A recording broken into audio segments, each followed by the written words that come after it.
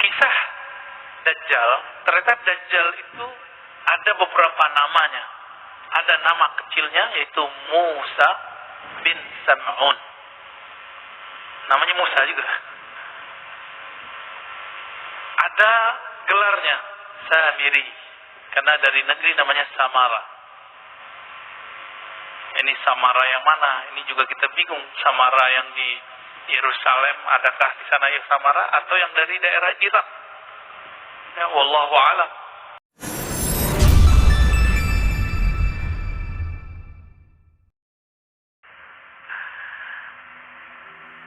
Saya membawa dua teks sebenarnya, satu Sunan Abi Daud, yang kedua Al-Bidayah wa Nihayah. Di situ ada kisah penting walaupun cuma 2 halaman ya. Hadis mengenai atau kisah mengenai Dajjal kan di akhir zaman. Nah, sebelum masuk ke akhir zaman, hadis akhir zamannya nanti kita buka Sunan Abu Daud. Abu Daud ini punya kitab namanya Sunan Abi Daud. Ini bukan Sunan bahasa Indonesia. Susunan. Bukan itu ya. Ini Sunan jamak dari sunnah, nama kitab. Sunan Abi Daud, peringkatnya di bawah Bukhari, Muslim, Abu Daud. Ini nomor 3.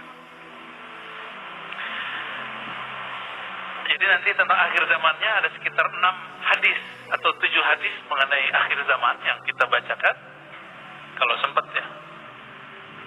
Namun orang melupakan tentang cerita awal dari Dajjal.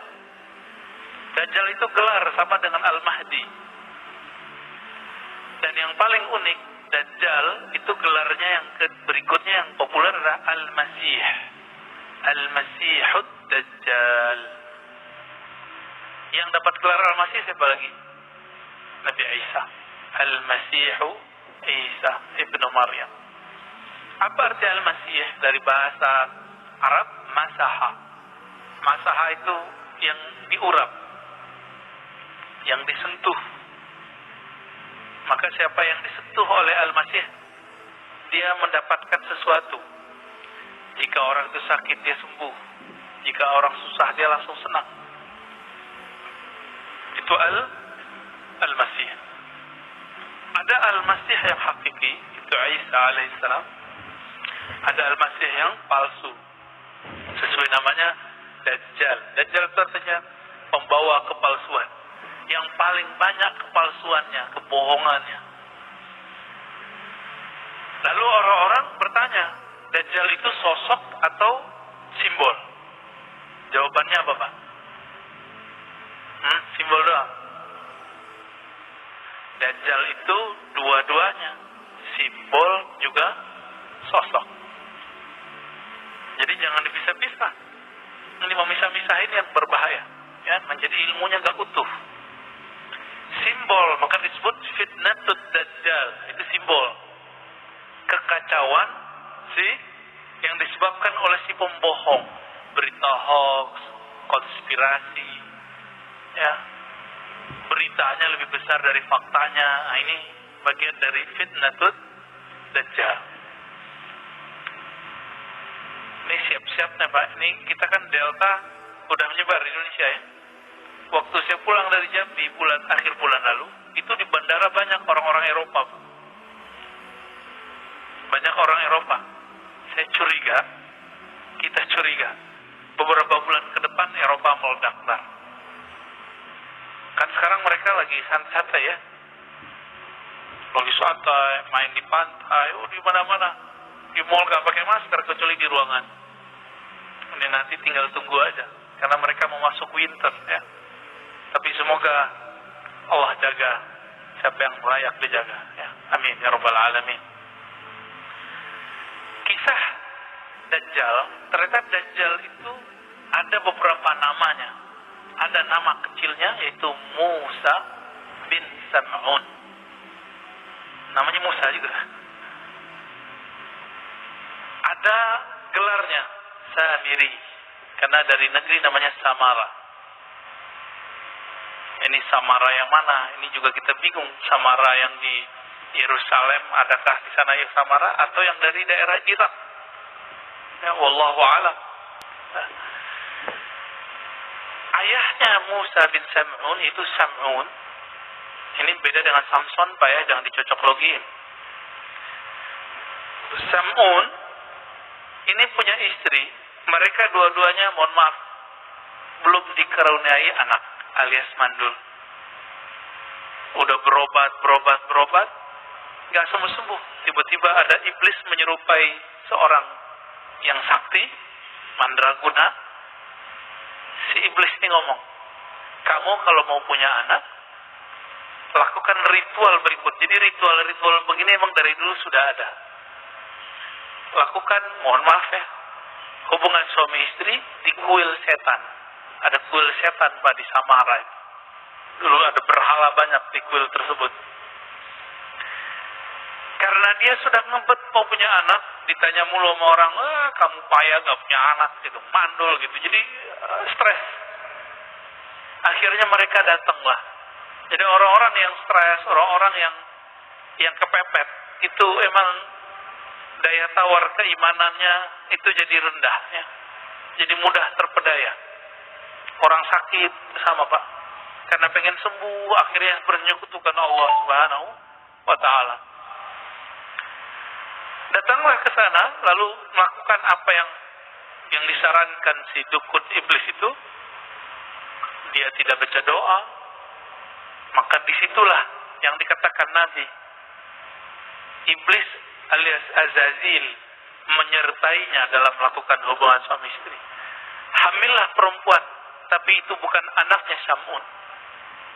Zahirnya anaknya Sam'un, batinnya anak Azazil atau iblis. Azazil ini iblis yang dulu goda Nabi Adam Pak. Udah tua itu iblisnya. Namanya apa tadi? Azazil, cakep ya namanya. Jangan dikasih ke anak Pak ya. Azazil gelarnya iblis. Jadi dalam bahasa tertentu ada nama, ada gelar.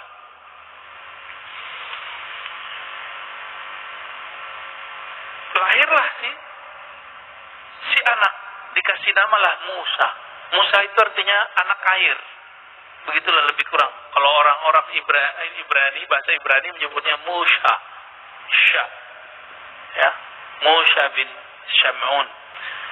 Anak air. Jadi mirip dengan Nabi Musa bin Imran. Nah, Nabi kita namanya Nabi Musa bin Imran. Beda ya.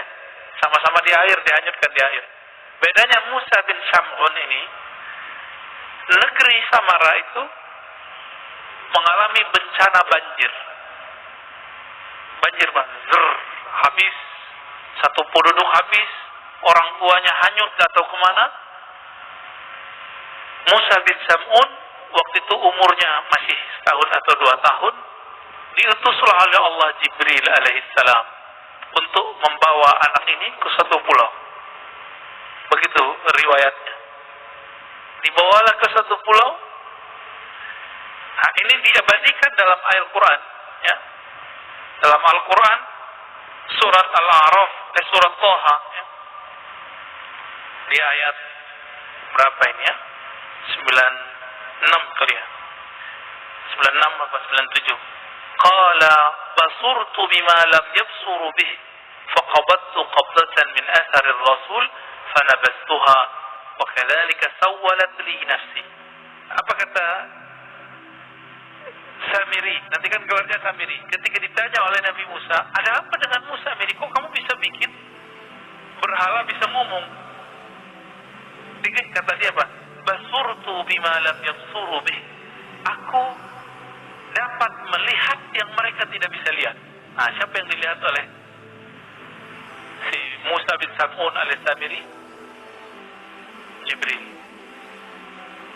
Jadi Jibril alaihissalam diutus oleh Allah untuk mengajar dia. Ini persis seperti dulu ketika terjadi bencana alam semesta, kiamat pertama di bumi. Hancurlah itu karena kelompok jin Banul Jan, itu mereka menghancurkan bumi Pak, melakukan kerusakan, membunuh. Dulu jin itu, jin Banul Jan namanya, itu kelompok yang lebih tua dari iblis sekarang ini. Itu mereka di bumi bertubuh fisik Pak, ada jasadnya. bumi, maka Allah kiamatkan bumi. Kiamatnya kiamat kecil. Maka larilah mereka ke pohon-pohon, ke gunung-gunung, begitu di hadis riwayat Imam Al-Hakim. Larilah ke laut, larilah ke sungai, larilah ke gunung-gunung, larilah kalau yang bisa bersayap, lari ke awan. Bumi hancur, ya. Di saat itu terjadi banjir bandang juga di muka bumi. Allah utus juga Jibril untuk menyelamatkan anak jin namanya Azazil. Persis ceritanya. Ya, ini bukan dongeng loh Pak ya. Jangan tuduhannya dongeng, ini kajian hadis, kajian riwayat. Tapi ada yang Israiliyat, ada yang tidak. Karena ini sumber cuma ada di Israiliyat, kita ambil Israiliyatnya. Ada yang tidak Israiliyatnya, ya nanti yang hadis Abu Daud tadi. Maka Azazil ini yang mendidik siapa? Sama. Jibril juga diajarinlah zikir. Berzikirlah dia. Berhasil naik langit 1, berhasil langit 2, itu ribuan tahun si Azazil berzikir. Sampai kemudian ke langit ke-7 dan diizinkan kemudian menjadi penjaga surga. Menjadilah dia selevel dengan malaikat. Si Azazil. Jadi mirip-mirip cerita Sunggokong ya. Beda apa? Ya, cuma kalau ada mirip-mirip barangkali dulu emang ajaran-ajaran yang ada di China itu emang inspirasinya dari sini juga. Ya. Diizinkanlah Azazil memimpin ibadah ahli surga. Di belakangnya malaikat, dia di depan. Tinggi nggak tuh posisinya? Nah itu si Azazil. Yang dia kemudian punya anak-anak jasad namanya Musa atau alias Samiri, gelarnya Dajjal. Itu dia. Jadi orang itu ada nasab jasad, ada nasab batin. Ini nasab batinnya dia. Maka kalau menikah harus baca ya, belajar tuh doanya biar nanti gak kerasukan. Kerasukan tuh gak mesti kesurupan ya.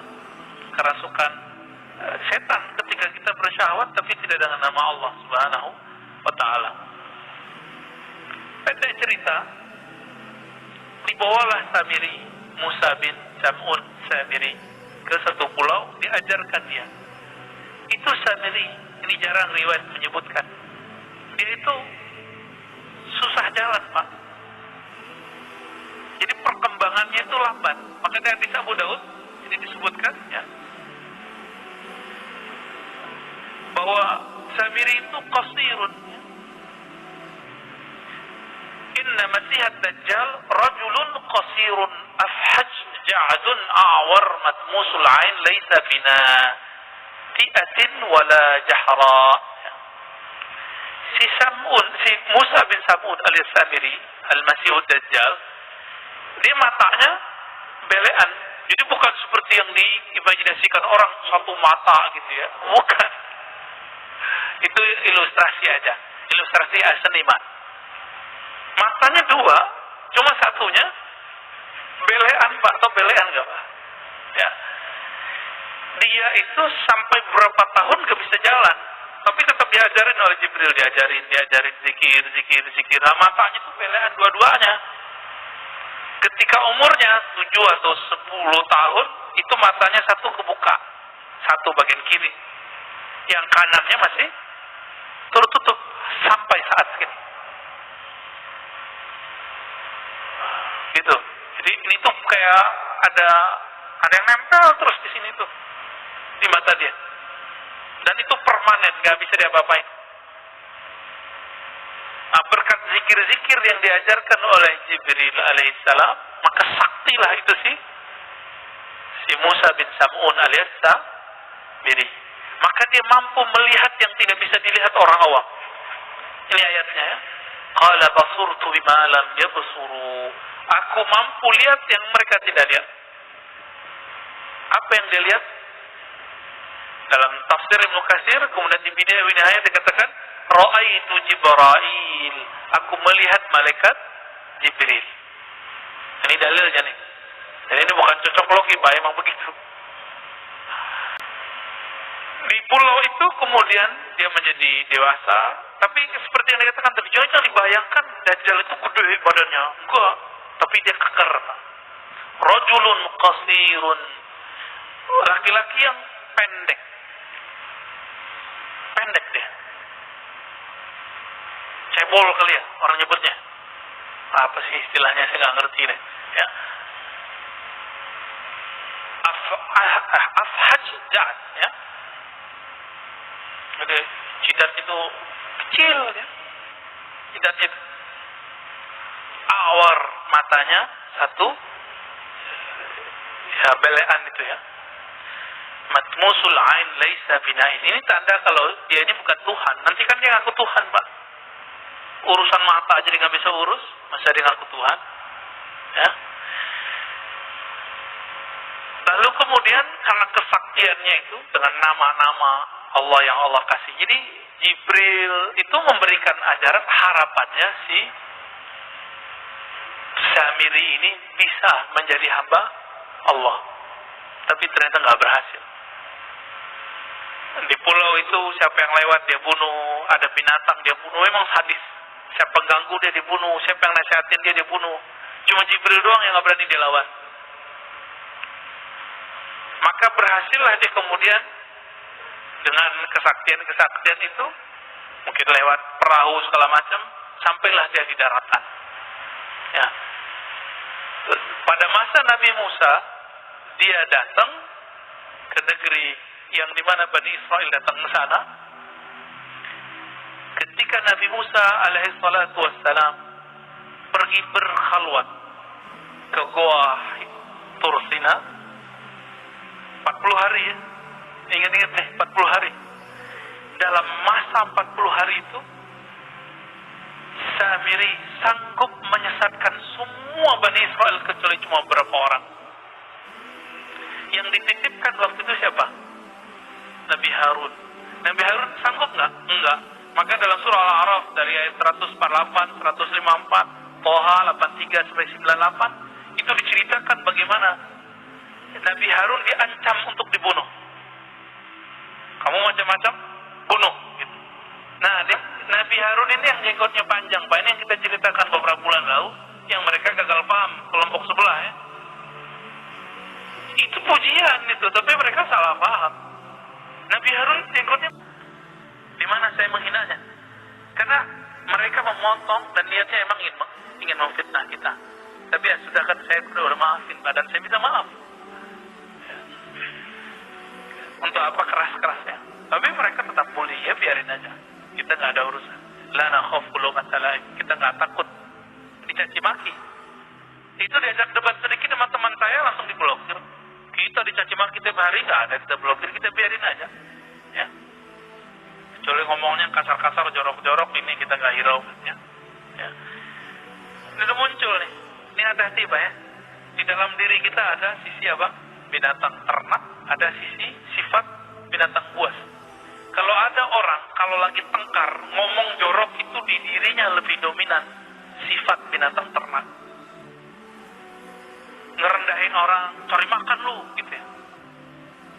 Mau terkenal lu, gitu. Ya. Nggak fitnah, nggak makan. Nah ini tanda isi perutnya cari makan. Jadi dia kalau mandang orang, ceramah, dikira cari makan. Emang kita nggak punya kerjaan, ya. Emang kita pengangguran, dituduh-tuduh begitu.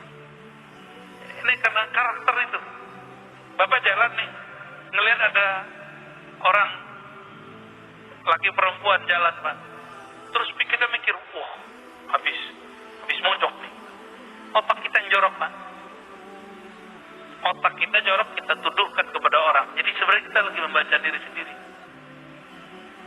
Nah, hati-hati di situ ya. Kalau karakternya buas, wah, ini cari lawan terus. Kata-katanya kasar, anjing lu, ya, bunuh lu. Tuh kalimat-kalimat begitu. Kalau bahasanya dominan syaitan di dalam dirinya, bahasanya pakai dalil-dalil, tapi habis itu diplesetin, dalil plesetin. Teks-teks, hujah-hujah, kitab-kitab digunakan untuk mencaci maki. Nauzubillah min dzalik. Kita dari dulu dicaci maki, kita biasa aja. Cuma mengatakan seperti itu jadi ramai. Nah ya sudahlah ya. Maka teman-teman para pejuang Ahlus Sunnah, gak usah khawatir kalau di fitnah-fitnah itu biasa aja ya. Nah, ini bagian dari fitnatut Dajjal. Nah, teman-teman yang melakukan Allah. Lalu Nabi Harun yang jenggotnya panjang, yang sekarang dilestarikan oleh Yahudi Ortodok, ya, berarti bagus dong jenggot ini. Bagus sebenarnya. Itu kemudian ditarik jenggotnya oleh Nabi Musa. Itu ada di surah Al-A'raf itu ya. Apa kemudian kata Nabi Harun? Ya? Wahai Musa, aku diancam bunuh oleh mereka. Nah, emang dari dulu ngancam-ngancam bunuh nih. Turunan-turunan mereka nih Pak. Ini gayanya begitu. Ayat tulu nih ya. Mereka ngancamku dengan pembunuhan. Ini gayanya dari dulu. Maka Nabi Harun pun tidak berdaya. Maka Nabi Musa alaihissalam memerintahkan kepada mereka untuk tobatnya dengan bunuh diri. Nah, coba perhatiin. Yang syirik tobatnya bunuh diri. Giliran datang ke Samiri, apa kata beliau? Ma khatbuka ya Samiri. Fama khatbuka ya Samiri. Begitu dalam surat Taha. Kok giliran ke Samiri ngomongnya lembut-lembut amat?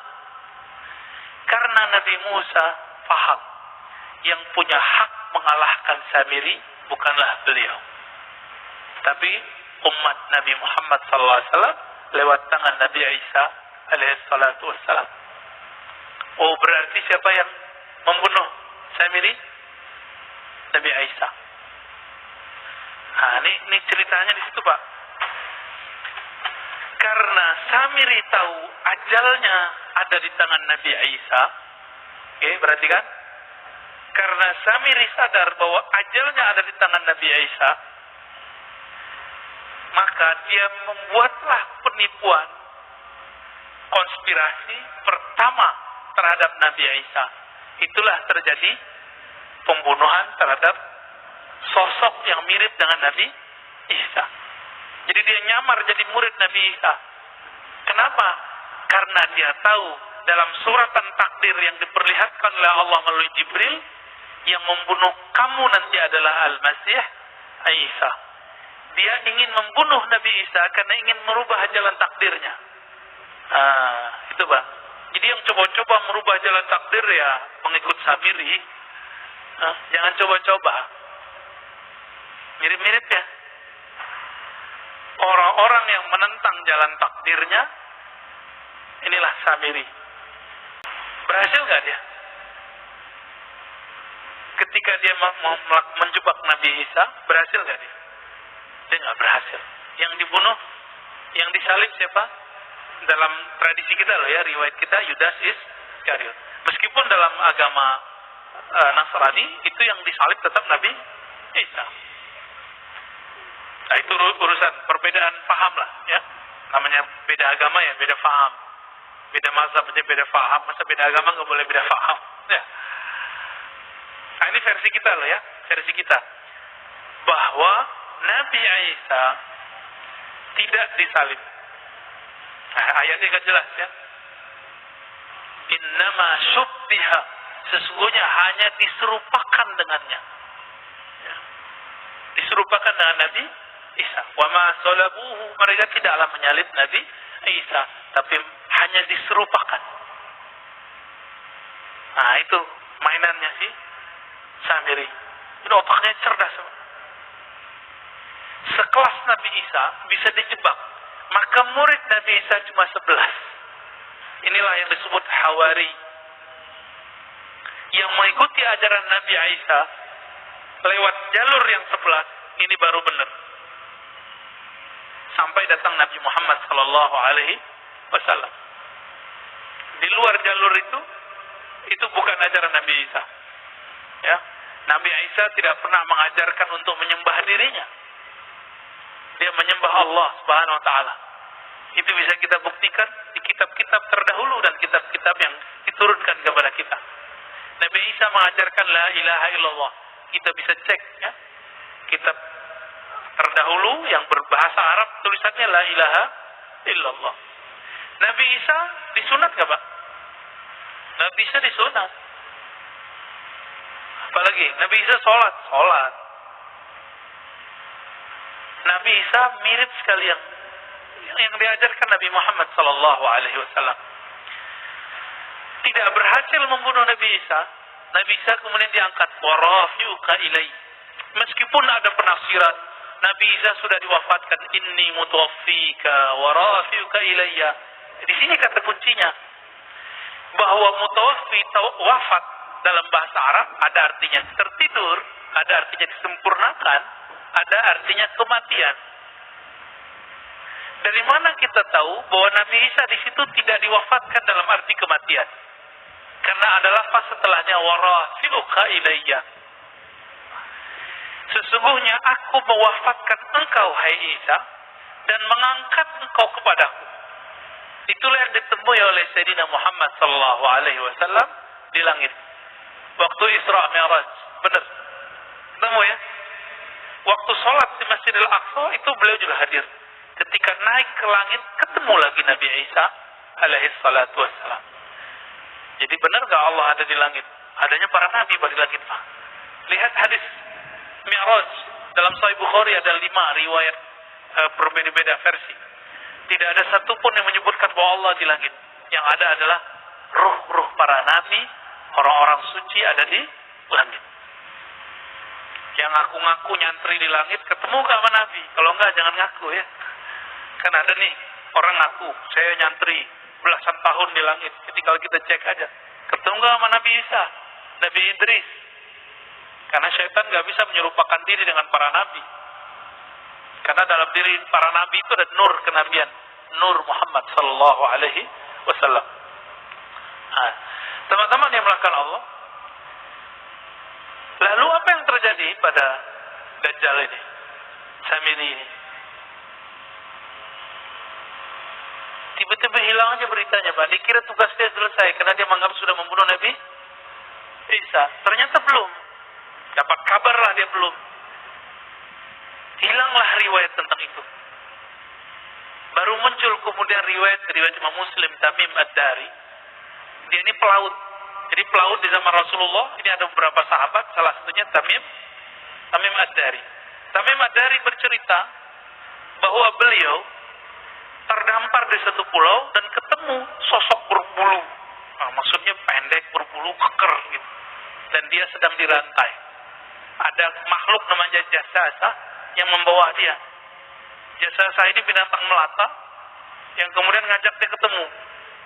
Dilaporkanlah pengalaman itu kepada Nabi dan Nabi membenarkan itulah si Dajjal. Dan di riwayat-riwayat yang lain, memang sahabat-sahabat tertentu dikirim oleh Rasulullah ke pulau tersebut. Cuma riwayatnya tidak sampai derajat sahih ya. Jadi sahabat-sahabat yang terus melihat itu. Berarti di zaman Rasul, Dajjal dibelenggu, Pak, di satu pulau. Di mana pulaunya? Bukan di segitiga Bermuda, Pak. Itu pulau dia, tapi itu bukan di situ. Pulau dia, Pak, tapi bukan di situ ya. Jangan cocok logi. Tapi namanya kok Bermuda, Pak, kayak bahasa Melayu ya. Bermuda.